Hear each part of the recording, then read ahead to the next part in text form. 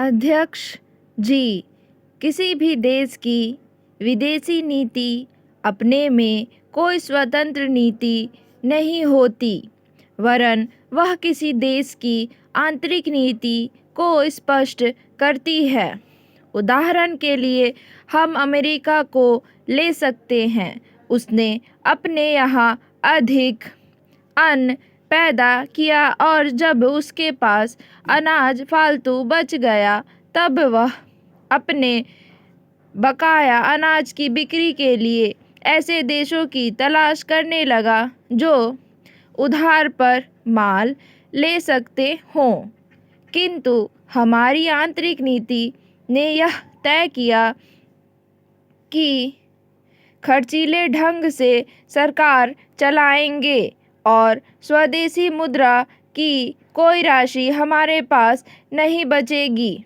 हमने कर भी लगा दिए और मुद्रा प्रसार भी कर दिया। कुछ संकट पड़ने के बाद इस बात की आवश्यकता को नहीं समझा कि उस पैसे का कहीं अन्यत्र उपयोग कर सके।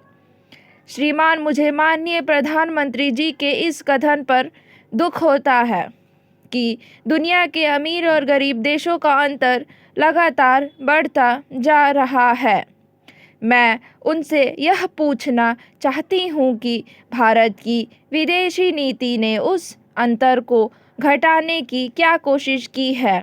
क्या भारत सरकार ने कभी दुनिया की पंचायत में यह कहने की हिम्मत की है कि बालिग मताधिकार के आधार पर यूएनओ का चुनाव होकर एक संसद बनाई जाए? और क्या आप में यह देखने की हिम्मत है कि फौज के हिसाब से कर लगाकर एक विकास का खाता खोल दिया जाए?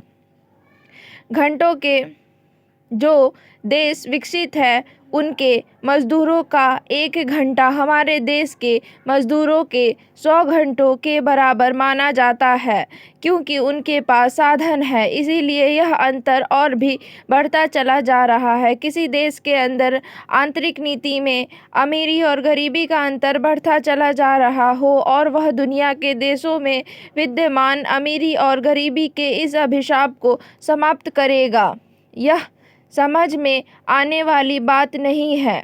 अब मैं आपका ध्यान एक और बात की ओर दिलाना चाहती हूँ। पूर्वी ज़माने को मान्यता देते हमें परेशानी होती है, इसलिए कि शायद पश्चिमी जर्मनी को बुरा लगे, लेकिन पश्चिमी जर्मनी ने तो अपनी रक्षा का भार दूसरों पर छोड़ दिया है। उसने अपनी पूरी शक्ति इस बात पर लगा दी है कि अधिक से अधिक उत्पादन किया जाए। आपने जो समय दिया उसके लिए मैं आभार प्रदर्शन करता हूँ और आपका धन्यवाद करता हूँ। अध्यक्ष जी, जिस समय पाकिस्तान ने भारत पर हमला किया था उस समय उन्होंने देश की रक्षा के लिए महत्वपूर्ण कार्य किया था। इसके साथ ही मैं मंत्री महोदय को यह भी स्मरण दिलाना चाहता हूँ कि शायद उन्होंने इस पर ध्यान नहीं दिया कि इस बार जो राष्ट्रीय पुरस्कार मिले हैं उनमें रेलवे प्रशासन को केवल 2 ही प्राप्त हुए हैं, जो कि मैं ऐसा मानता हूं कि हमारी सेना के बाद अगर किसी ने युद्ध काल में सराहनीय कार्य किया है तो वह रेलवे प्रशासन अथवा रेलवे कर्मचारी और अधिकारी हैं। इसलिए उनके मनोबल प्रशासन अथवा रेलवे कर्मचारी और अधिकारी है। इसलिए उनके मनोबल को बनाए रखने के लिए और उनको प्रोत्साहन करने के लिए रेल मंत्री को इस बात पर भी ध्यान रखना चाहिए और इसका प्रयास करना चाहिए कि जो भी इस तरह के प्रोत्साहन मिले उनमें रेलवे का विशेष ध्यान रखा जाए। रेल मंत्री महोदय ने अपने वक्तव्य में भी रेलवे कर्मचारियों की प्रशंसा की है या उनको प्रोत्साहन दिलाया है, लेकिन यह प्रोत्साहन शांति काल में भी बना रहना चाहिए।